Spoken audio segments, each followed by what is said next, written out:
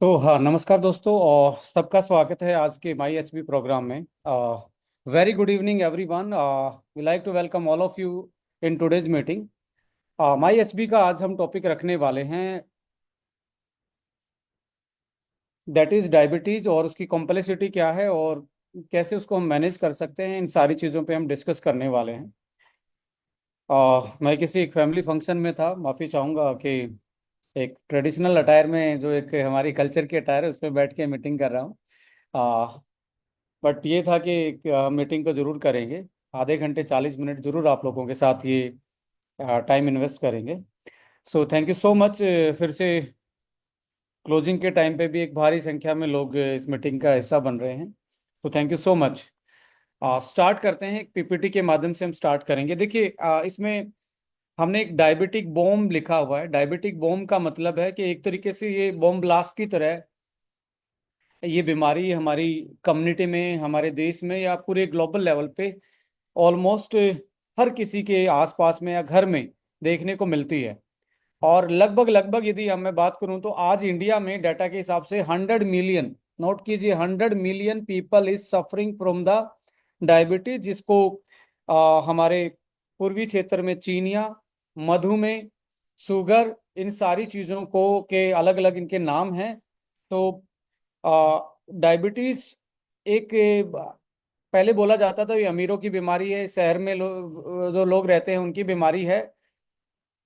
तो बट आज के टाइम पे आप देखेंगे कि हमारे ये ना तो अमीरों की ना शहरों की, ये हर क्षेत्र की बीमारी है, हर कम्युनिटी में।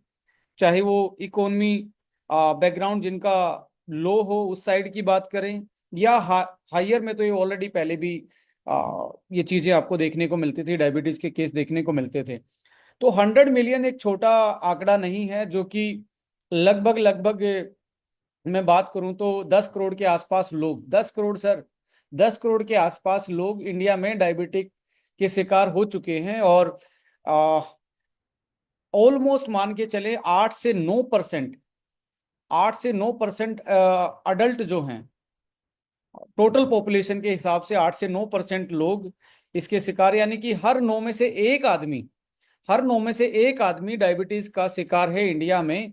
और यदि उस पर्टिकुलर पॉपुलेशन के उसमें देखें, 20 से आप 50 साल की उम्र के डाटा को अलग हटा के देखें, तो यहाँ 20% का आंकड़ा, जो कि छोटा नहीं है। इसलिए इसको हम बॉम्ब बोल रहे हैं, there is a diabetic bomb. और ये ब्लास्ट हो रहा है आज के टाइम पे। और प्री डायबिटिक, यानी कि जो लोग अभी डायबिटीज के इनिशियल स्टेज में हैं, उनकी संख्या देखी जाए तो लगभग 130 मिलियन ये आंकड़ा पहुंच गया है। और वर्ल्ड का जो टोटल आंकड़ा है और हमारा आंकड़ा है, तो वर्ल्ड के हर 5 डायबिटिक आदमी में से एक डायबिटिक आदमी इंडिया का है। यानी कि पूरे वर्ल्ड में ऑलमोस्ट 500 मिलियन लोग डायबिटीज के शिकार हैं। 500 मिलियन में से 100 मिलियन हमारे हैं। तो वर्ल्ड की सारी पॉपुलेशन में डायबिटीज को इकट्ठा किया जाए तो वर्ल्ड में हर पांचवा आदमी इंडिया से डायबिटिक है। तो हमारे लिए ये कहीं ना कहीं एक अलार्मिंग है, अलर्टनेस है, और सीरियस होने का टाइम है कि यदि हम लकी है, मैं मानता हूं कि यदि हमें 10 में, उस 9 में से एक आदमी में हमारा नंबर नहीं आया, तो हम इससे बच सकते हैं।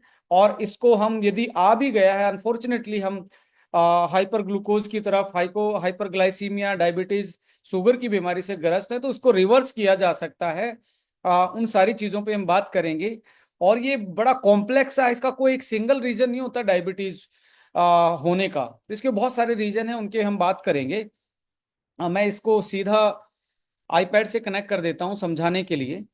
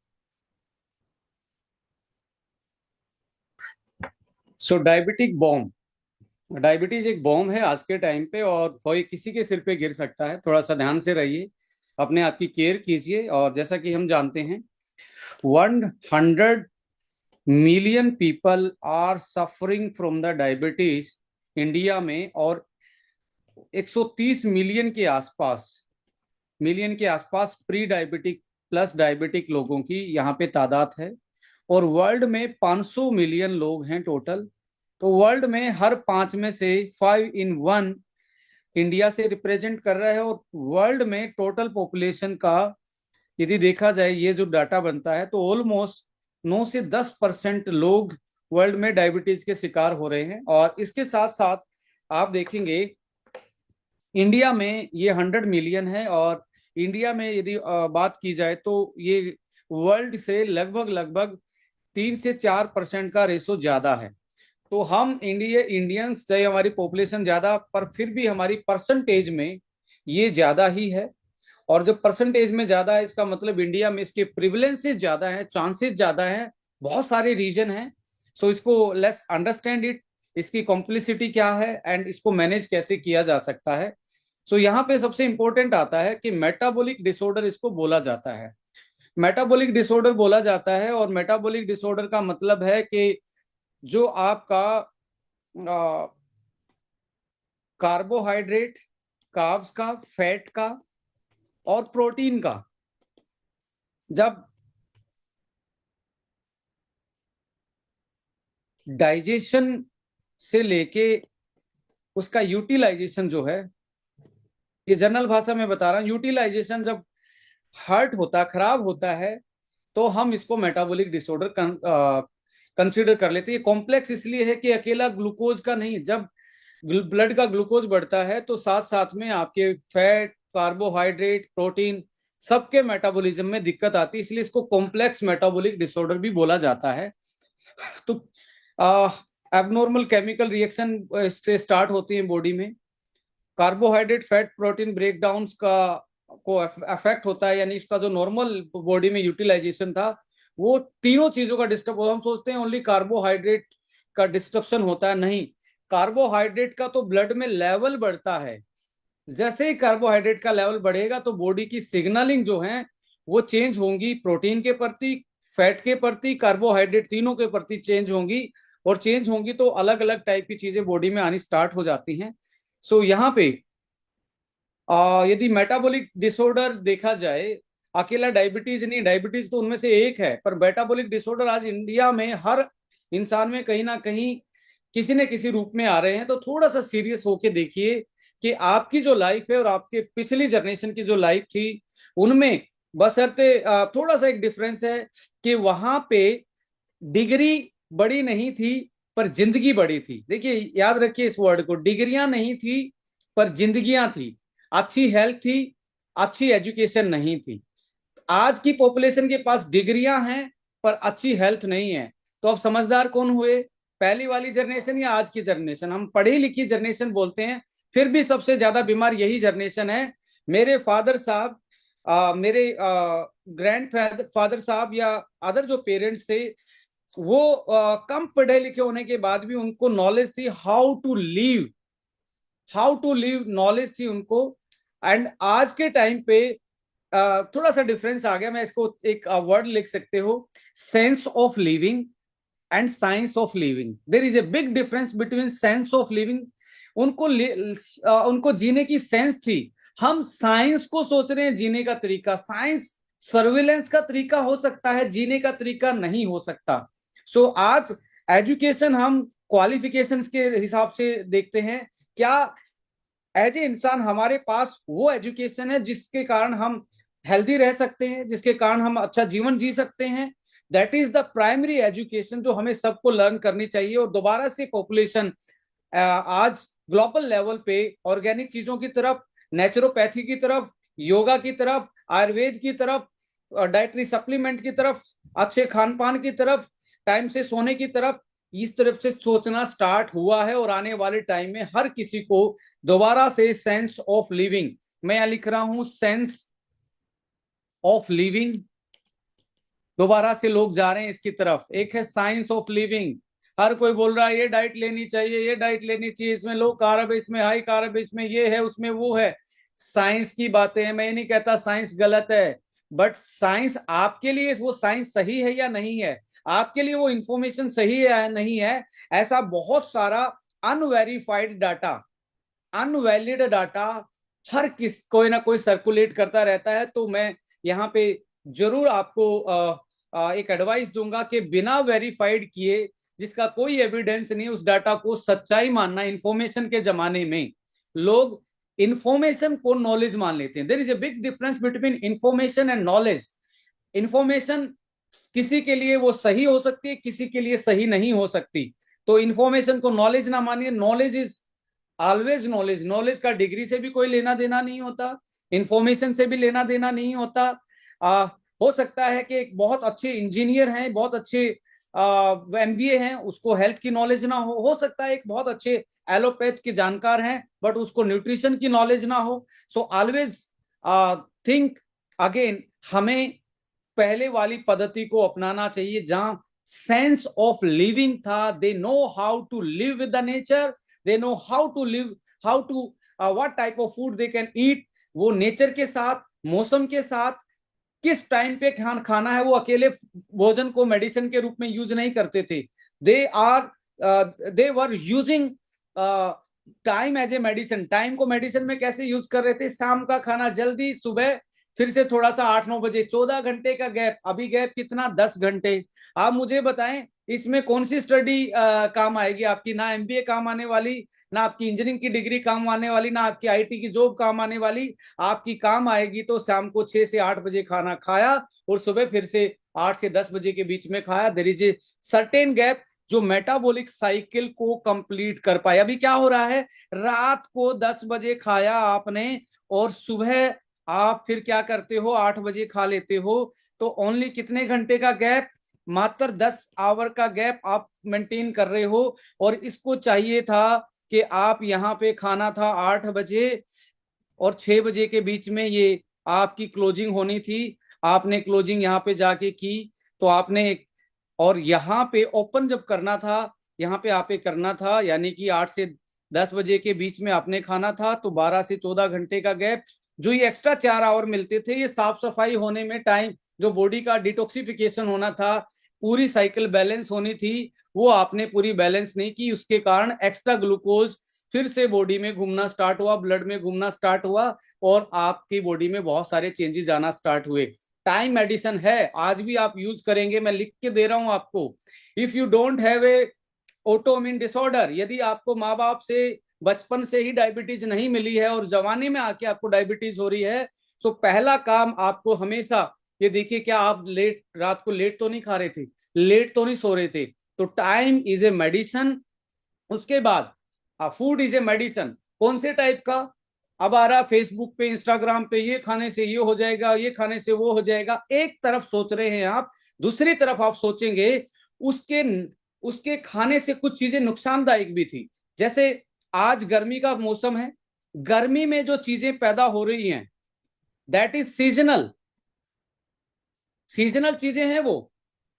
सबसे बेस्ट फूड क्या है इंसान के लिए? हमारे डीएनए के लिए, हमारी सेल के लिए, हमारी इम्यूनिटी के लिए, जो जिस मौसम में पैदा होता है, that is the highest medicinal value. जैसे एरिस्टोटल साहब ने बहुत पुराने टाइम में कह दिया था कि use your food as a medicine. आपको अपने फूड को मेडिसिन के रूप में यूज करना चाहिए, but people are using food, only food and medicine extra ले रहे हैं। पहले आपके किचन में मेडिसिन थी। आपकी दादी नानी घर का सबसे बड़ा आदमी था, वो सीएमओ था घर का। तो क्या था? किचन में से ही फूड में मेडिसिन थी और सीएमओ घर का था, तो इसलिए कोई साइड इफेक्ट वाली चीजें नहीं थी। आज क्या किया आपने? ना दादी नानी के नुस्खे रहे हैं, ना आपके किचन में मेडिसिन रहा है, तो फूड से मेडिसिन निकाला। तो मेडिसिन कहाँ से खरीद रहे हो? मेडिसिन खरीद रहे हो साइड की दुकान से। आप साइड की दुकान वाली मेडिसिन आपके शरीर को खराब करेगी। इंसान को मेडिसिन चाहिए, चाहे तो फूड से ले लीजिए, नहीं तो दुकान से लेना पड़ेगा। दुकान वाली नुकसानदायक है, महंगी है और आपके शरीर को खराब करने वाली है। तो इसलिए दोबारा से नेचुरल चीज, सीजनल चीजें खाना स्टार्ट कीजिए यदि आप डायबिटीज से शिकार हैं या बचना चाहते हैं। इसके बाद दिन में 3 बार मैक्सिमम लोग मुंह खोलते थे। खाने के लिए। अभी कितनी बार खोल रहे हैं आप याद कीजिए। वो सारा दिन फिजिकल काम करते थे, 3 बार मुंह खोलते थे, सुबह, दोपहर और रात को, और वो भी अर्ली। तो 3 बार खा के भी इतनी एनर्जी थी, अभी 7 बार खा के ऑन एवरेज हम 7 बार कोई चीज खा रहे हैं। कल सुबह से नोट कीजिए, 6 से 7 बार खा रहे हैं। और यूज कितना कर रहे हैं? यूज कर रहे हैं उनसे लगभग 25% हम यूज कर रहे हैं टोटल कैलोरी। यूज तो 4 टाइम कम हो गया है, और खाना हमारा कितना बढ़ गया है? लगभग तीन तीन तीन मील एक्स्ट्रा बढ़ा दिए, यूज कम मील एक्स्ट्रा। तो क्या होगा? बॉडी में ओबेसिटी, मोटापा, हाइपरटेंशन, आपका कोलेस्ट्रॉल बढ़ना, किडनी की बीमारियां, थायराइड की बीमारियां, पेट की समस्याएं। यही तो दिक्कत है कि हम फ्रीक्वेंट ईटिंग कर रहे हैं। फ्रीक्वेंट ईटिंग से बचना चाहिए। और थोड़ी सी एक्सरसाइज, फिजिकल एक्सरसाइज का मतलब ये नहीं है कि आप जिम में जाके कसरत करें। आप वॉक कर सकते हैं, आप थोड़ा बहुत अपना योगा कर सकते हैं। तो ये चीजें आप फिजिकल एक्टिविटी, ये कोई एक आ, ये नहीं है कि मैंडेटरी, आपको मैंडेटरी नहीं, इसे लाइफस्टाइल बेसिकली।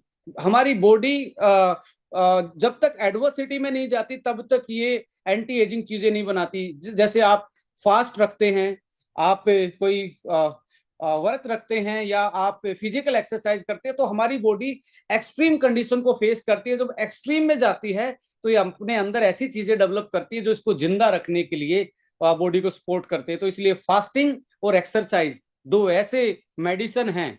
फास्टिंग भी एक मेडिसिन है।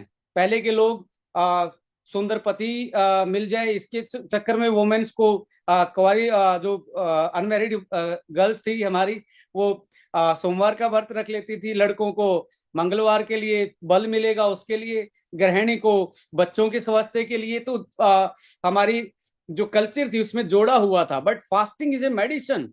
Gap time fasting, exercise, seasonal food, seasonal कोई भी हो सकता है। आपके आसपास में अमरूद पैदा हो रहा है तो वो कश्मीर वाले एप्पल से कहीं ज्यादा गुणकारी है आपके लिए। आप यदि आपके यहाँ लीची पैदा होता तो लीची आपके लिए उस गोल्डन एप्पल से अच्छा है।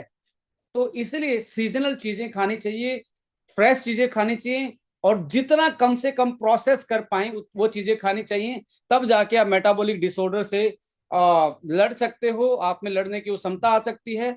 तो यहाँ मेटाबॉलिक डिसऑर्डर की लिस्ट देखेंगे तो डायबिटीज जो है उसमें से एक बहुत बड़ा डिसऑर्डर है जो मेटाबॉलिक जुड़ा हुआ है। और मोटापा उसमें एक है, हाइपरलिपिडीमिया, कोलेस्ट्रॉल का अनबैलेंस होना, एलडीएल का बढ़ना, एचडीएल का कम होना, हाइपरटेंशन, बीपी की प्रॉब्लम, थायराइड जैसे डिसऑर्डर। ये सारे मेटाबॉलिक, बहुत सारी और चीजें भी जुड़ी हैं जो मेटाबॉलिज्म से हैं। पर यहाँ पे डायबिटीज जो मैं बता चुका हूं क्या होती है, आ, इसको थोड़ा सा और हम एलोबरेट करते हैं। यस।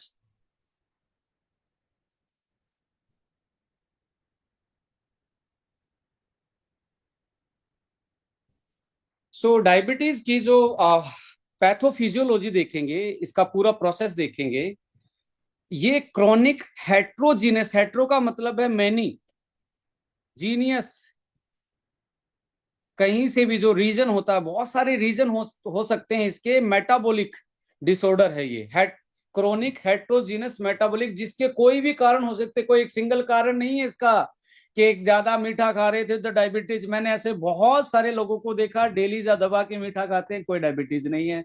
बहुत सारे ऐसे लोगों को देखा है जो बहुत ज्यादा मीठे का अवॉइड करते हैं, बट बहुत सारी ऐसी चीजें लाइफस्टाइल में उनके आ गई हैं जिनके कारण उनको डायबिटीज फील हो रही है। सो हेट्रोजीनियस है, यानी कि इसके कोई भी कारण हो सकते हैं होने के। कॉम्प्लेक्स है इसकी पैथोजेनेसिस, इसके जो पूरे के पूरे बॉडी में जो चेंजेस और इसके कारण जो चीजें डेवलप होती हैं वो बहुत कॉम्प्लेक्स प्रोसेस होता है। So ultimately blood glucose level बढ़ जाता है, और इस बढ़े हुए ब्लड ग्लूकोज को हम हाइपर ग्लाइसीमिया बोलते हैं। हाइपर का मतलब मोर, ज्यादा, ग्लाइसीमिया मतलब ग्लूकोज। ज्यादा जब ग्लूकोज हो जाए ब्लड लेवल पे, देखिए बॉडी ने एक लेवल तक ब्लड पे होते ही तो बॉडी का एक्शन स्टार्ट हो जाता है उस ग्लूकोज को यूज करना या कन्वर्ट करना। सो यूज करना और कन्वर्ट करना, जब यूज कम हो जाए और कन्वर्ट करना कम हो जाए तो वो ब्लड में घूमेगा, ब्लड में घूमेगा तो बहुत सारी दिक्कतें आएंगी। सो रिजल्ट क्या होता है जब ये ब्लड लेवल पे ग्लूकोज बढ़ जाए, जिसको हम डायबिटीज भी बोलते हैं, कार्ब, फैट और प्रोटीन का मेटाबॉलिक डिसफंक्शन हो जाता है। डिसफंक्शन अच्छे से बॉडी में वो यूटिलाइज नहीं होते, डाइजेस्ट नहीं होते, और एनर्जी से लेके बॉडी के नरिशमेंट में काम नहीं आते। तो लॉन्ग टर्म यदि ये डिसफंक्शन चलता है तो व्हाट हैपन, माइक्रोवास्कुलर और मैक्रोवास्कुलर, माइक्रो एंड माइक्रो मतलब फाइन जो ब्लड की कैपलरी हैं, और जो ज्यादा बड़ी ब्लड की कैपलरी हैं, उनके उसमें कॉम्प्लिकेशंस आते हैं। जैसे खून तो आपके खून की नलियों के थ्रू ही बह रहा था, सर्कुलेट हो रहा था। व्हाट हैपेंड विद दिस, जो पतली वाली खून की जब नलियों में ये बहता है, या एक तरीके से बड़ी वाली में बहता है, मैक्रो जिसको बोल रहे हैं, तो यहाँ पे इनकी एक तो इलास्टिसिटी में प्रॉब्लम आ जाती है, ऑस्मेटिक जो इनमें प्रेशर मेंटेन होता है वो चेंज हो जाता है, ऑक्सीडेटिव स्ट्रेस बढ़नी स्टार्ट हो जाती है, और बहुत सारे ऐसे टॉक्सिन्स बॉडी में डेवलप होने स्टार्ट हो जाते हैं। अल्टीमेटली जब डायबिटीज होती है बॉडी में, वो दो रीजन से हो सकती है।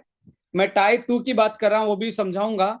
या तो इंसुलिन काम नहीं कर रहा है, या इंसुलिन सिक्रेट ही नहीं हो रहा है, या तो बन ही नहीं रहा है, या बन रहा है तो काम नहीं कर रहा है। दो ही तरीके हो सकते हैं, बन रहा है, काम नहीं कर रहा, या बन ही नहीं रहा है। दो रीजन हो सकते हैं, और इन दोनों में से ये जब ऐसा रीजन हो जाता है तो ग्लूकोज का लेवल ब्लड में बढ़ जाता है, और ग्लूकोज का बढ़ा हुआ लेवल ऑर्गन्स को डैमेज करना स्टार्ट कर देता है। उसके डिस्फंक्शन में उसका डिस्फंक्शन, ऑर्गन का डिस्फंक्शन स्टार्ट हो जाता है। ऑर्गन का फेलियर भी बहुत सारे केसेस में देखा, किडनी फेल हो जाती है, हार्ट फेल हो जाता है ब्लॉकेज की वजह से। और अल्टीमेटली कौन से ऑर्गन्स पे ये सबसे ज्यादा दिक्कत देता, आईज पे, किडनीज पे, और हार्ट पे, और आपका नर्व सिस्टम पे ये सबसे ज्यादा इफेक्ट डालता है। चार चीजों पे डायबिटीज का सीधा असर पड़ता है, आंखों पे, हार्ट पे, किडनीज पे, और आपके नर्वस सिस्टम पे। पेरिफेरल नर्वस सिस्टम हम बोलते हैं। पेरिफेरल का मतलब है दिमाग से हटा के जितना भी शरीर में हमारे न्यूरॉन्स हैं, उन पे सीधा प्रभाव पड़ता है डायबिटीज का। जो पैर की नसें जा रही हैं, दूसरी एरिया में जो नर्वस सिस्टम जा रहा है, वो पेरिफेरल नर्वस सिस्टम कहलाता है। ये हमारा सेंट्रल नर्वस सिस्टम है, जो आपका ब्रेन दिख रहा है, जो ब्रेन से सीधा कनेक्ट होकर बॉडी में जा रहा है, उसको पेरिफेरल नर्वस सिस्टम बोलते हैं। उस पे साथ सीधा फर्क पड़ता है। और इसकी पैथोलॉजी में आप देखेंगे तो जब आईज में कैटरेक्ट बनना और ब्लाइंडनेस, कम दिखना, धीरे धीरे विजन कम होगा और ब्लाइंडनेस हो जाता है डायबिटीज के केस में। इस कंडीशन को रेटिनोपैथी बोलते हैं। यानी कि रेटिनो मतलब आईज, पैथी यानी कि उसका बीमारी, रेटिनोपैथी हो जाती है। जब किडनी में दिक्कत आती है तो उसको बोलते हैं नेप्रोपैथी। नेप्रोपैथी यानी कि किडनी फेलियर। न्यूरोपैथी यानी कि नर्वस सिस्टम का में दिक्कत आना, इसको न्यूरोपैथी बोलते हैं, जो कि ऑटोनोमिक और पेरिफेरल नर्वस सिस्टम है। जैसे आप देखेंगे ऐसे केस में यदि आपके पैर में कोई घाव हो जाता, चोट लग जाती है, तो वो घाव नहीं बढ़ता, धीरे धीरे धीरे धीरे वो गलना स्टार्ट हो जाता है। ऐसे केस में उस पैर को काटने की नौबत आ जाती है, एम्पुटेशन बोलते हैं। और ऑस्टियो आर्थ्रोपैथी भी हो जाता है, यानी कि ज्वाइंट्स में भी दिक्कत आनी स्टार्ट हो जाती है, जो कि डायबिटीज का एक कारण बनता है। सो पेरिफेरल जो आपकी बीमारियां हैं, या हार्ट की जो बीमारी है, कोरोनरी हार्ट डिजीज, ये भी एक तरीके से ब्लॉकेज हो जाना, आथेरोस्क्लेरोसिस, कार्डियोवास्कुलर डिजीज, ब्लॉकेज, ये सारी चीजें एक तरीके से बॉडी में होना स्टार्ट हो जाती है डायबिटीज से। और अल्टीमेटली मोरबिडिटी एंड मोर्टेलिटी, इन्हीं के कारण आदमी मौत की तरफ जल्दी पहुंच जाता है। तो थोड़ा सा आपको सीरियस होना पड़ेगा, क्योंकि अकेला ये ग्लूकोज बढ़ाना नहीं है। ग्लूकोज बढ़ते ही बॉडी में बहुत सारे ऐसे चेंज आते हैं जो डिफरेंट डिफरेंट ऑर्गन पे फर्क डालते हैं, उनके फंक्शन पे उनको डैमेज कर सकते हैं, उनका फंक्शन फेलियर हो सकता है। सो यहाँ पे जब टाइप्स की बात आती है तो दो टाइप की है। एक डायबिटीज टाइप 1 है, जो बचपन से ही होती है, और टोटल यदि 100 केस हैं, 100 में से ओनली 5% के आसपास पेशेंट इसके पाए जाते हैं, टाइप 1 के। इसको इंसुलिन डिपेंडेंट डायबिटीज मेलिटस भी बोलते हैं। Insulin insulin dependent diabetes mellitus, यानी कि टाइप 1 डायबिटीज मेलिटस। टाइप 1 का मतलब है ये, इस केस में पैनक्रियाज की जो बीटा सेल हैं वो हमारी जो डिफेंस सेल हैं टी सेल, ये इस पे अटैक कर देती हैं, इनको मार देती हैं, इनको किल कर देती हैं। इसको बोलते हैं ऑटो इम्यून डिसऑर्डर। ये ऑटो इम्यून, आपका इम्यून सिस्टम, ये डिफेंस सिस्टम था, ये अपनी खुद की सेलों को मारे, यानी कि पेनक्रियाज में जहां इंसुलिन बनता है बीटा सेल को मारना स्टार्ट कर दें, तो इसको टाइप 1 बोलते हैं। और ये हेरिडिटरी होता है और बचपन से ही हो जाता है। तो ऐसे केस में जो बचपन में सेट है उसको टाइप 1 बोलते हैं। और दूसरी तरफ जो 90 से 95% केसेस होते हैं जो अडल्टहुड में जाके डायबिटीज होती है, उसको टाइप 2 बोलते हैं। और ये non insulin dependent diabetes mellitus होता है, कि इंसुलिन पे डिपेंडेंट नहीं होता, यहाँ इंसुलिन बनता है। इंसुलिन बनता है बट इंसुलिन या तो कम बन रहा है या बन पूरा रहा है, तो होगा क्या कि रेजिस्टेंस है, यानी कि आपकी बॉडी इंसुलिन को समझ ही नहीं पा रही कि मेरा ही है ये। जैसे आप ऐसे सपोज करें, आप किसी होटल में जाते हैं तो आपसे क्या मांगा जाता है, आईडी कार्ड दीजिए। आईडी कार्ड नहीं है तो समटाइम आपको मना कर देते हैं कि हम चेक इन नहीं दे सकते। ऐसे ही इंसुलिन का आईडी कार्ड मिस हो जाता है, बॉडी इसको पहचानना बंद कर देती है। और ग्लूकोज, जब तक इंसुलिन नहीं काम करेगा तब तक ग्लूकोज का लेवल नॉर्मल नहीं आएगा। ग्लूकोज काम कहाँ आता है, कैसे काम करता है, सॉरी, इंसुलिन काम कैसे करता है, ये आपका जो ब्लड से आपका खून के थ्रू आपका ग्लूकोज जा रहा है। ग्लूकोज जा रहा है, कहाँ जाना है, सेल के पास। सेल में माइटोकॉन्ड्रिया है, ये पावर हाउस बोला जाता है माइटोकॉन्ड्रिया। इसके पास पहुंचाना है, इसके पास पहुंच के ही ये बर्न आउट होगा और एटीपी बनाएगा, यानी कि एनर्जी मॉलिक्यूल बनाएगा। ये इसका प्रोसेस है। अब इसको जाने के लिए इसके दरवाजे खोलने पड़ेंगे। ये वाला दरवाजा है, ये ग्लूकोज चैनल है, ग्लूकोज चैनल है। ग्लूकोज चैनल की चाबी इंसुलिन के पास है। अब ये जो ताला है, ये जो गेट है, इस पे जो ताला लगा है, ये इंसुलिन को पहचानना बंद कर देता है। अब इंसुलिन को पहचानना बंद कर देगा तो ये ताला नहीं खुलेगा, लॉक नहीं खुलेगा, ग्लूकोज अंदर नहीं जा पाएगा। और अंदर नहीं जा पाएगा, ये पैनक्रियाज के पास ग्लूकोज नहीं पहुंच रहा, सेल सोच रही है एनर्जी, ग्लूकोज नहीं पहुंच रहा तो एनर्जी कहां से बनाऊंगा, एनर्जी कम होना स्टार्ट हो जाती है बॉडी की। तो बॉडी के पास नर्वस सिस्टम मैसेज देता है कि और इंसुलिन बनाओ, क्योंकि ग्लूकोज पहुंच ही नहीं रहा है, काम ही नहीं कर रहा है। तो पैनक्रियाज क्या करता है बेचारा, अपना प्रोडक्शन बढ़ा देता है इंसुलिन का, पर वो उसकी प्रोडक्शन से कुछ होने वाला नहीं, वो जाके सीधा काम ही नहीं कर रहा। तो पैनक्रियाज पे तो लोड पड़ गया। धीरे धीरे पैनक्रियाज ज्यादा बना बना के थक जाता, थकने के बाद वो उसका प्रोडक्शन धीरे धीरे कमजोर होना स्टार्ट हो जाता है। ये इंसुलिन रेजिस्टेंस कहां से हो रहा है, कम सोने से, टाइम पे ना खाने से, ज्यादा खाने से, स्ट्रेस से। ये 4-5 रीजन है। हेल्दी फूड ना खाने से, वर्कआउट ना करने से एक तरीके से रेजिस्टेंस पैदा होता। सबसे बड़ा आज के टाइम पे स्ट्रेस के कारण, जो आप कम सोते हो और ज्यादा स्ट्रेस लेते हो, उसमें एक हार्मोन बनता है, दैट इज कोर्टिसोल। अब ये कोर्टिसोल भाई साहब इंसुलिन पे जंग लगा देता है। ये इंसुलिन एक चाबी थी गेट ओपन करने की, इस पे जंग लगा देता है, और जंग लगने के बाद ताला नहीं खुलता भाई साहब। तो कोर्टिसोल स्ट्रेस से पैदा हुआ हुआ एक हार्मोन है जो इंसुलिन के एक्शन को इनिबिट करता है। सो स्ट्रेस आज के टाइम पे बहुत बड़ा रीजन है। आप ज्यादा स्ट्रेस में हैं और कंट्रोल डाइट भी खा रहे हैं तो तब भी आपको चांसेस हैं कि आपको डायबिटीज हो सकती है। सो ऐसे पेनक्रियाज अब थक जाता है धीरे धीरे, तो ऐसे ये डायबिटीज धीरे धीरे सेट होना स्टार्ट हो जाती है। सो यहाँ पे टाइप 2 डायबिटीज सबसे ज्यादा, जो हम बात कर रहे थे, वो सबसे ज्यादा होती है, 95% वही होती है। एक इसका सबसे बड़ा प्रभाव पड़ता है टाइप 1 में, तो इंसुलिन डिपेंडेंट है।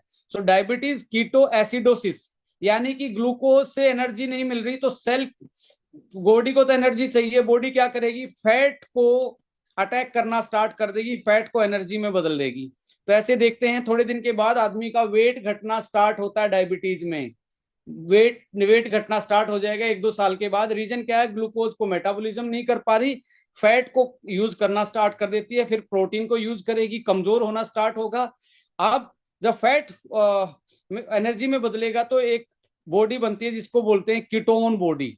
और आप बहुत सारे डायबिटिक वाले लोगों के मुंह में से स्मेल आती है, मुंह में से स्मेल आएगी तो एक फ्रूटी स्मेल आती है, फ्रूटी स्मेल होती है एसीटोन की। जैसे आप नेल पॉलिश को हटाने वाला जो केमिकल फीमेल यूज करती है जो एसीटोन हो, वैसी स्मेल आनी स्टार्ट हो जाती है, उसको बोलते हैं कीटोन्स। अब ये जब बढ़ना स्टार्ट हो जाता है तो कीटोन के कारण बॉडी ब्लड में एसिड ब्लड एसिडिक हो जाता है, और जैसे ब्लड एसिडिक होगा किडनी के लिए फिल्टर करना मुश्किल हो जाएगा, और किडनी के लिए फिल्टर करना मुश्किल होगा तो एक तरीके से किडनी डैमेज होना स्टार्ट हो जाती है और बॉडी में टॉक्सिन्स बढ़ना स्टार्ट हो जाते हैं और धीरे धीरे धीरे दूसरे ऑर्गन्स पे ये अटैक करना स्टार्ट कर देते हैं। तो इस तरीके से एक ये नुकसान पहुंचाता है बॉडी पे।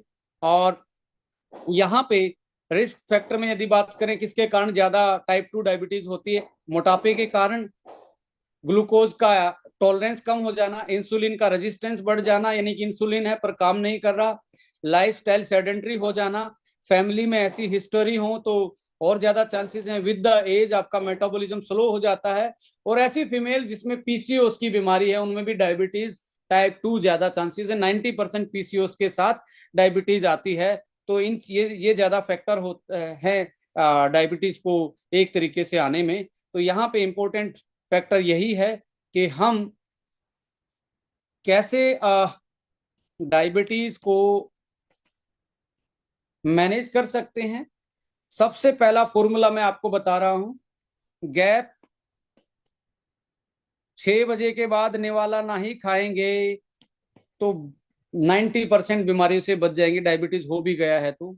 और सुबह 8 बजे के बाद वाटर थेरेपी करनी है, पानी से स्टार्ट करनी है जिंदगी, यहां से खाना बंद, यहां से पानी शुरू। और 9-10 बजे के बाद ब्रेकफास्ट करना है, दिन में 3 मील ही खाने हैं, 3 बार ही खाना है। इसके अलावा सीजनल चीजों पे फोकस करना है, फ्रूट्स ब्रेकफास्ट में ज्यादा होने चाहिए, और सैलेड जो है वो लंच और डिनर में ज्यादा होनी चाहिए, लंच और डिनर में सैलेड, ब्रेकफास्ट में फ्रूट्स ज्यादा होने चाहिए। कौन कहता है कि फ्रूट्स खाने से डायबिटीज होती है? फ्रूट्स खाने से डायबिटीज नहीं, फ्रूट्स के बाद क्या खा रहे हैं उससे डायबिटीज हो रही है, बार बार में जो खा रहे हैं उससे हो रही है, रात को लेट खा रहे हैं उससे हो रही है, कम सो रहे हैं उससे हो रही है, कम हाथ पैर हिला रहे हैं उससे हो रही है। तो बहुत सारे और रीजन हो सकते हैं जिससे आपको डायबिटीज हो रही है। सो ये 3-4 फॉर्मूले हैं, गैप आपका इंपॉर्टेंट है, 3 मील की थ्योरी है, सीजनल फ्रूट सैलेड सब्जियां ये खाने चाहिए, मोटा अनाज यानी कि वोल मिक्स ग्रेन आपको खाना चाहिए, और ये टेस्ट करवाएं कि आपको ग्लूटेन से तो एलर्जी नहीं है, यानी कि गेहूं से तो कोई दिक्कत नहीं है, उस केस में भी चांसेस बढ़ते हैं एक तरीके से आपके ऑटोइम्यून डिसऑर्डर्स के, गट इनबैलेंस हो जाता है। तो ये चीजें आप देख सकते हैं। और फ्राइड प्रोसेस जो अल्ट्रा प्रोसेस फूड है, प्रोसेस फूड खाओगे कैंसर भी जल्दी आ जाएगा, डायबिटीज वाले को कैंसर जल्दी आता है, डायबिटीज वालों को हार्ट की बीमारी जल्दी होती है, किडनी की बीमारी जल्दी होती है, यादाशक्ति चली जाती है, और थायराइड जैसी प्रॉब्लम डायबिटीज वाले को होती है। तो इन सारी चीजों के बचने के लिए प्रोसेस फूड, फ्राई फूड, और थोड़ा सा अवॉइड करें स्वीट्स जो हैं, दूध से बनी हुई चीजें ज्यादा, और मीठे से बनी हुई चीजें, और रिफाइंड ऑयल को आज से ही काटा मार दें यदि आपको जीना है। Sugar, white sugar, refined oil को आप काटा मारते और शाम के खाने में और सुबह के ब्रेकफास्ट में गैप करना स्टार्ट करें। और वीकली यदि प्री डायबिटिक है तो वीकली एक फास्ट करें। मैं डायबिटीज वालों को फास्ट अभी करने को नहीं बोल रहा, यदि आपकी 150 के आसपास रहती है तो फास्ट कर सकते हैं, यदि आपकी 150 से ऊपर जा रही, 200 से ऊपर, 300 से ऊपर जा रही तो फास्ट करने की एडवाइस नहीं दूंगा। आप वीकली प्री डायबिटिक को तो फास्ट करना चाहिए, वीक में एक फास्ट करना चाहिए। यहाँ पे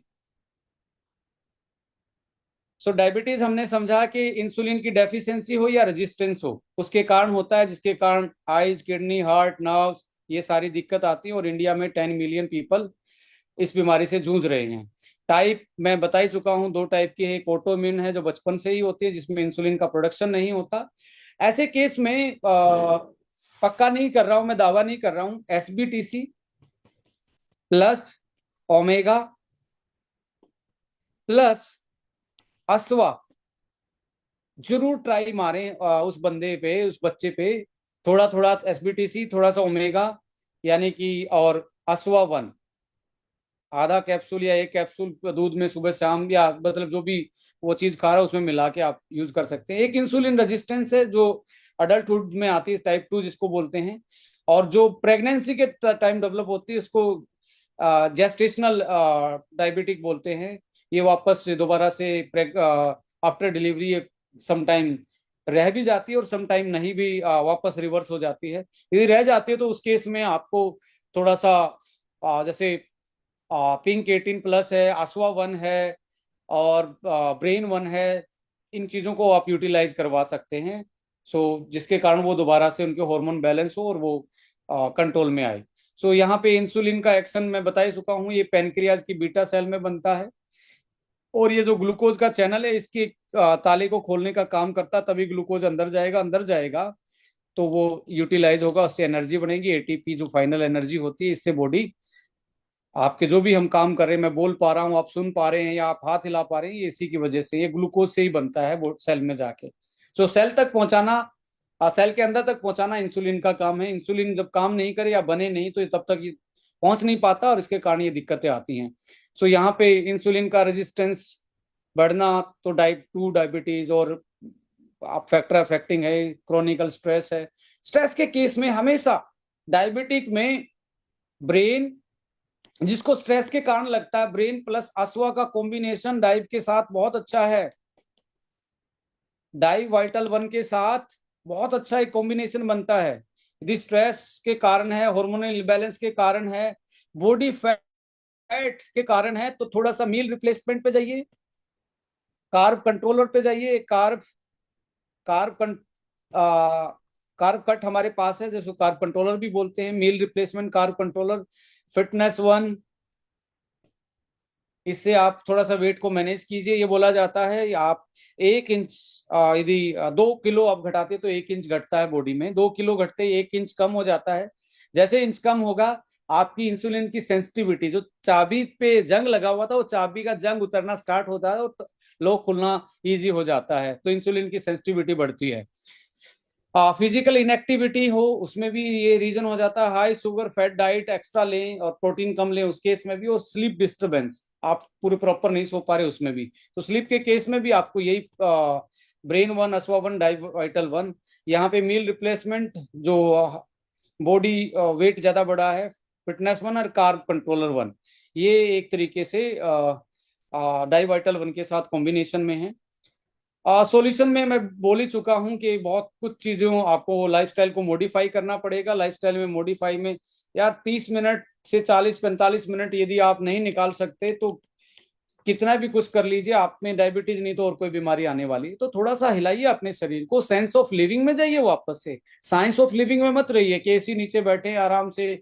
और हमने आदत भी डाल रही है, एक ऐसी बीमारी लगा ली हमने कि यार इंसुलिन ही तो लगाना है, इंसुलिन लगा लेंगे। क्यों लगाना है भाई साहब, छोड़िए उसको, थोड़ा सा घर से निकलिए, एक्सरसाइज कीजिए, ज्यादा पानी पीजिए, सीजनल चीजें खाइए, शाम के खाने पे कंट्रोल कीजिए, गैप मेंटेन कीजिए, सोशलाइज भी होइए, जिसके साथ स्ट्रेस कम हो, पड़ोसी के साथ घर में बैठ के बात करना स्टार्ट कीजिए। ये बहुत इंपॉर्टेंट चीजें हैं जो हमें लग नहीं रही। ऐसे आदमी जो डायबिटिक हैं आज स्ट्रेस के कारण वो अकेले रहते हैं, उनको ये दिक्कत आ रही है, पड़ोसी के साथ कोई क्लब ज्वाइन कर लीजिए जहां आपको अपनी एज के लोग मिलते हैं, उनके साथ बातें कीजिए।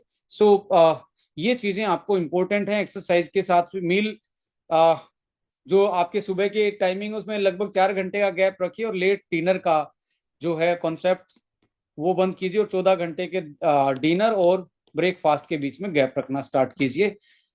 पोर्शन पे थोड़ा सा कंट्रोल कीजिए। ये नहीं है कि मुझे दिन में ये 8 बजे से लेके मैं 6 बजे तक जो खा रहा हूँ, यानी कि 10 घंटे में जो खाने का गेट ओपन है इसमें सब कुछ अंदर डालू, नो।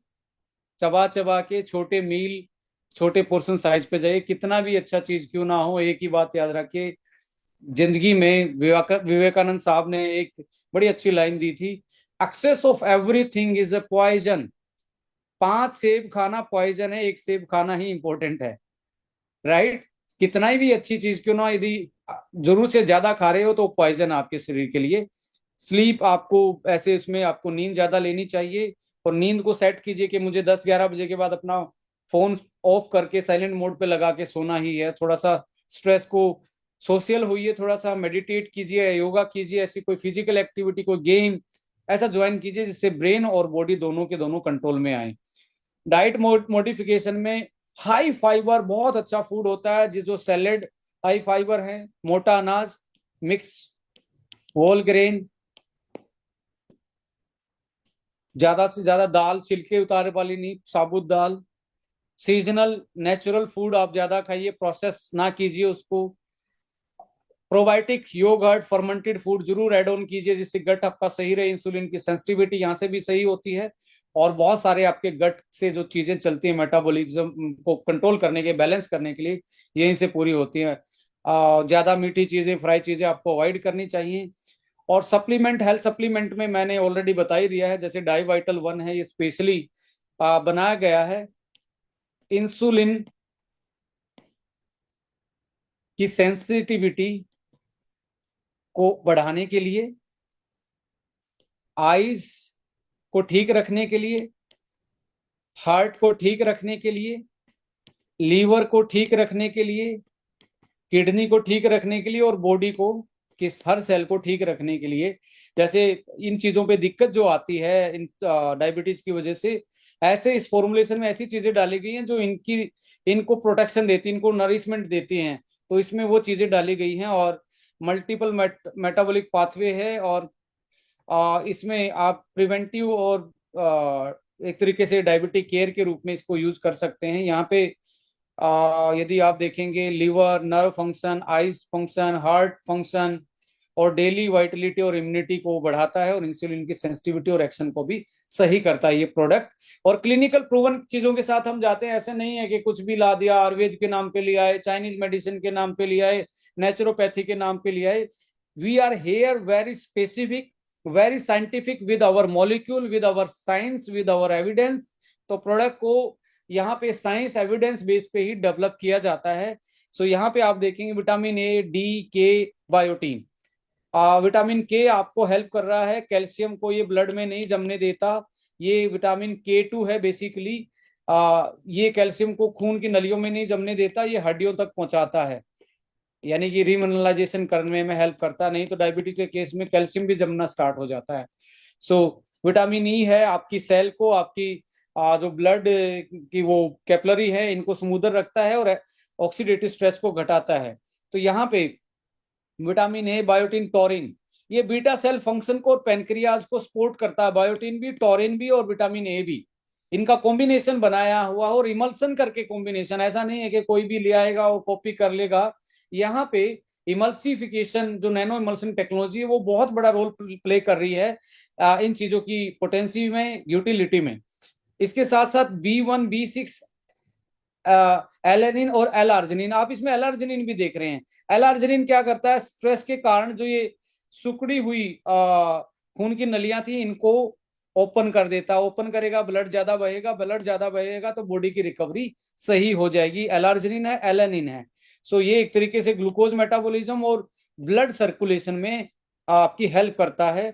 इसके साथ साथ इसमें ट्रांस रेस्वेराट्रोल है। ट्रांस रेस्वेराट्रोल आपकी हार्ट के लिए, लीवर के लिए बहुत अच्छा एंटीऑक्सीडेंट है, जो रेड वाइन में पाया जाता है। और एक प्रोडक्ट में लगभग लगभग जो 75 गिलास रेड वाइन में ट्रांस रेस्वेराट्रोल पाया जाता है, 75 गिलास के बराबर एक कैप्सूल में, एक डोज में आपको ट्रांस रेस्वेराट्रोल मिल रहा है, बिना अल्कोहल के, बिना कोई साइड इफेक्ट के। तो ट्रांस रेस्वेराट्रोल रेड वाइन के जो मेडिसिनल प्रॉपर्टी है, विदाउट अल्कोहल आप यूज कर रहे हैं, ऑलमोस्ट 75 ग्लासेस के बराबर इसमें डाला गया। सिलेनियम एक ऐसा मिनरल है जो हमारी सेल को एंटीऑक्सीडेंट प्रोटेक्शन देता है। लीवर, हार्ट और लंग्स, इन 3 ऑर्गन के लिए तो सॉरी, और ब्रेन, इन 4 ऑर्गन के लिए तो बहुत अच्छा एंटीऑक्सीडेंट मिनरल है ये, इसमें डाला गया है, जो ऑक्सीडेटिव और इन्फ्लामेशन को कम करते हैं। जिंक क्रोमियम डाला गया है लिपिड्स मेटाबॉलिज्म में, जो फैट का मेटाबॉलिज्म में दिक्कत आती है। और क्रोमियम जो है इंसुलिन की सेंसिटिविटी को भी बढ़ाता है। सो क्रोमियम की वजह से इंसुलिन अच्छे से काम भी करता है। सो यहाँ पे B12 B6 है। न्यूरोलॉजिकल इन्फ्लामेशन, जो नर्वस सिस्टम पे लोड पड़ता है उस इन्फ्लामेशन को, या प्रोटीन के मेटाबॉलिज्म में जो दिक्कत आती है उसको बैलेंस करने का काम करता है। सो इसमें हमारी ऑन गोइंग रिसर्च चल रही है डायबिटिक वाले प्रोडक्ट में। हो सकता है आने वाले 3 महीने में इसका भी अपग्रेड वर्जन आप देख पाएंगे। डायबिटिक वाले प्रोडक्ट में भी अपग्रेड वर्जन देख पाएंगे अगले 3 महीने में। हम ऐसे फॉर्मुलेशन, ऐसे ट्रायल कर रहे हैं जो एविडेंस बेस्ड और चीजों को एड ऑन करके आपको, जो अभी हमने बॉडी की इम्यूनिटी और ऑर्गन्स को प्रोटेक्ट करने के लिए ये फॉर्मूला डेवलप किया था इंसुलिन की सेंसिटिविटी के लिए, बीटा सेल को भी रिजोनेट करने का काम, बीटा सेल को भी ज्यादा पावर बनाने का काम, पेनक्रियाज को एक तरीके से रिलैक्स करने का काम, और बॉडी में अदर फंक्शंस को, अदर पैथ फिजियोलॉजी जो इसमें दिक्कतें आती हैं इस प्रोसेस में, उसको और अच्छे तरीके से हम एनालिसिस करके ऐसे फॉर्मुलेशन को डेवलप कर रहे हैं। सो इसके अलावा आप देखेंगे दिन में आप 2 टैबलेट इसके जरूर यूज करें, एक ब्रेकफास्ट के बाद, एक डिनर के बाद। सो टाइप 1 में नहीं आपको ज्यादा इफेक्ट देखने के लिए इसमें इंसुलिन लगाना ही पड़ता है। स्ट्रेस है तो ब्रेन 1 आप एड ऑन करें और रसवा 1 एड ऑन कर सकते हैं। इसमें जिंको है, अश्वगंधा है, बुकोपा है, गोटुकोला है, ट्रिप्टोफैन है, कॉपर है, ट्रांस रेस्वेटोल, एस्ट्राजेंथिन, फिसिटिन, स्टीरोबिलिन, विटामिन ई, और जो रेलिवेंट इनके काम है वो भी यहाँ पे मेंशन किए हुए हैं। L-theanine जो ग्रीन टी में होता है, DHA, ओमेगा होता है, acetyl कोलाइन nervous system body brain coordination में हेल्प करता है न्यूरो मैसेंजर के रूप में। अलर्टनेस को बढ़ाने के लिए अलग चीजें डली हुई हैं, नर्व हेल्थ को सही रखने के लिए अलग चीजें डली हुई, और मूड को सही रखने के लिए इसमें अलग चीजें डली हुई हैं। सो आप इसको हसवा के साथ, डाइव वाइटल के साथ, स्ट्रेस के कंडीशन में इस पूरे थेरेपी को प्लान कर सकते हैं उस इंसान के साथ। यदि आपको लगता है फैटी लीवर है, मोटापा है, तो आप लीवर 1 और लीवो 1 को जरूर ऐड करें। लीवो 1 सिरप है, लीवर 1 कैप फॉर्म में है। इसको सुबह शाम एक एक, और लीवो 1 को 3 बार 10-10 ml, 10-10 ml आप यूज करें। सो ये आपको और ज्यादा इंसुलिन की सेंसिटिविटी और मेटाबॉलिज्म में हेल्प कर सकता है। और लंबे टाइम से जिसको डायबिटीज है उनको तो जरूर आपको लीवर 1 और लीवर 1 आपको देना ही चाहिए, किसी भी कोई कंडीशन में क्यों ना हो। SBTC जूस भी बहुत इसमें हेल्प करेगा। सो यहाँ पे जैसे मिल्क थिसले है, मुलेटी है, डेंडलोइन है, लीवर को क्लींस करने का काम करते हैं, इन्फ्लामेशन को रिड्यूस डाउन करने का काम करते हैं। फैटी लीवर में मिल्क थिसले, कुटकी, पुनर्नोवा फैटी लीवर को रिवर्स डाउन करने का काम करता है।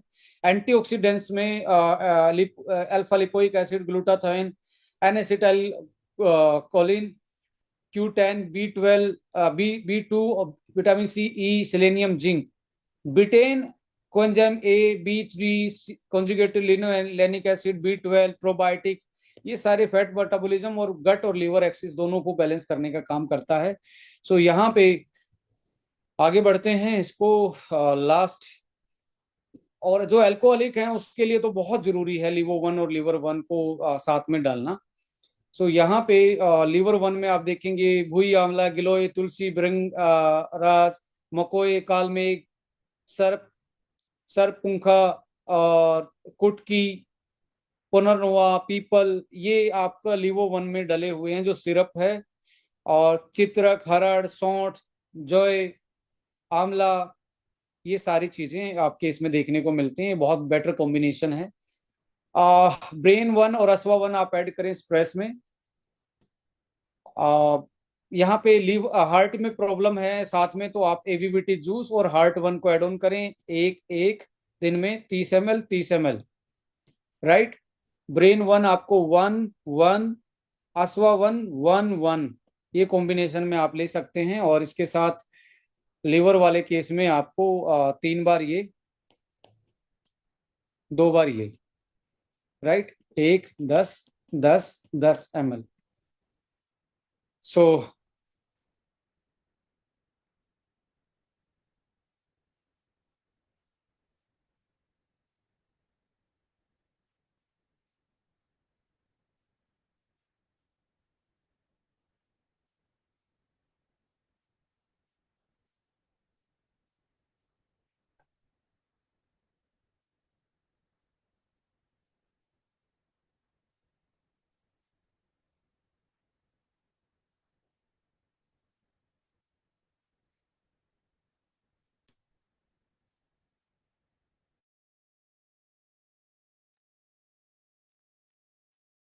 तो ये था आज का हमारा सेशन। आई थिंक आप लोगों को पसंद आया होगा ये पूरा का पूरा सेशन। और ऐसे ही हम बहुत सारे टॉपिक्स पे आने वाले हर ट्यूसडे को डिबेट डिस्कशन करते हैं। और आप अपने वैल्यूबल सजेशन भेज सकते हैं यदि कोई ऐसे टॉपिक जिस पे हम डिस्कस कर पाएं और उसको एक दूसरे के साथ साझा कर पाएं, शेयर कर पाएं।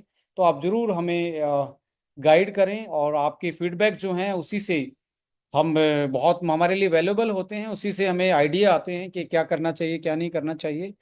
और फिर से मैं रिपीट करना चाहूँगा, डायबिटीज़ बहुत एक कॉम्प्लेक्स हेट्रोजीनियस बीमारी है जिसके कोई भी कारण हो सकते हैं। और इसके कारण बहुत सारे organ failure, organ dysfunctioning, organ damage हो सकते हैं। तो जरूर अपनी अपने आप को और अपनी फैमिली को, अब ये हो जाए तब नहीं करना है। अब डाई वाइटल होने वाले को अकेले के लिए नहीं है।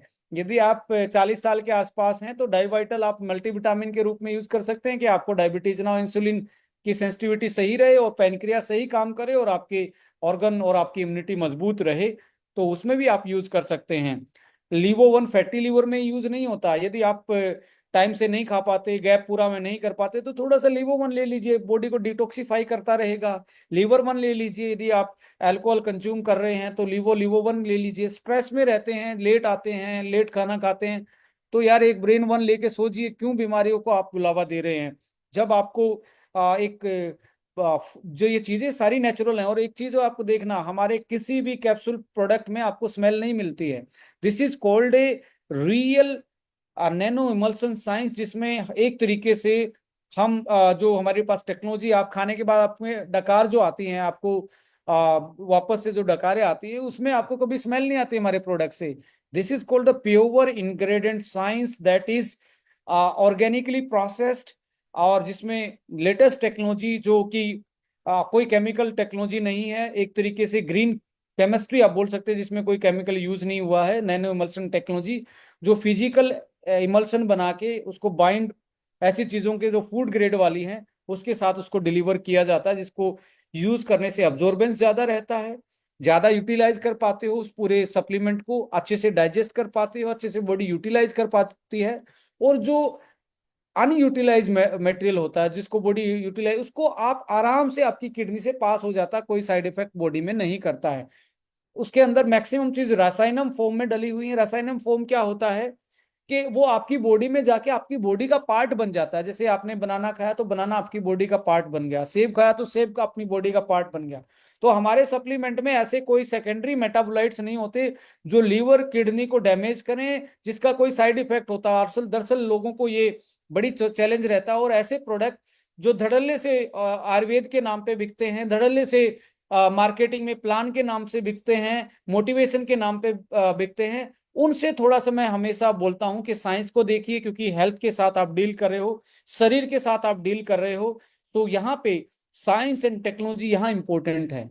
आर्ट ऑफ लिविंग को हम साइंस ऑफ लिविंग बोल रहे थे, but product is art of marketing नहीं है, इस साइंस है जो भी आपको सेफ्टी दे सकती है। और यूएसएफडीए, बहुत ही कम कंपनियां इंडियन डायरेक्ट सेलिंग में आपको देखेंगी, मतलब नेग्जिली ना के बराबर तो आपको देखने को मिलेंगी, जो आपको यूएसएफडीए जैसे प्रूवन प्रोसेसिंग प्लांट से आपके पास प्रोडक्ट लेके आते हैं। तो यहाँ पे आप क्वालिटी का एश्योरेंस ले सकते हैं, इनोवेशन का एश्योरेंस ले सकते हैं, सेफ्टी का एश्योरेंस ले सकते हैं। और फिर लास्ट में चौथा वर्ड जोड़ना चाहूंगा, रिजल्ट का भी एश्योरेंस ले सकते हैं। और जितने भी लगता है कि आप जो स्क्रीन पे मुझे देख पा रहे हैं, यदि रिजल्ट का एश्योरेंस आपको लगता है तो आप अपना थम्स अप दिखा के मुझे समर्थन दे सकते हैं कि यस, कि मैं जो बोल रहा हूँ वो सही है। तो थैंक यू सो मच। आप लोगों के चेहरे से, भाव से पता लगता है कि you are very happy. And let's build a that kind of community जहां क्लैरिटी हो प्रमोशन में, सेफ्टी हो प्रोडक्ट में, विचारों में से लेके हम जिसके साथ प्रोडक्ट लेके जाते हैं वहां सच्चाई हो। और कोई भी चीजें हम इस तरीके से ना करें जो हमारी कम्युनिटी, हमारे परिवार या हमारे इस डायरेक्ट सेलिंग बिजनेस को हर्ट करें, या इसकी गलत तरीके के प्रमोशन में इस इंडस्ट्री को लेके जाएं, वो एक्टिविटी ना कीजिए। और मुझे पता है कि Estonia one as a purely एक कल्चर्ड कंपनी है, एक प्रोफेशनल कंपनी है, और हमारे सारे एसोसिएट्स जो हैं वो बहुत सेंसिबल एंड सलीके से काम करते हैं। इसके लिए हम बहुत आभारी हैं। Thank you so much. और जय हिंद, जय Bharat. Thank you so much.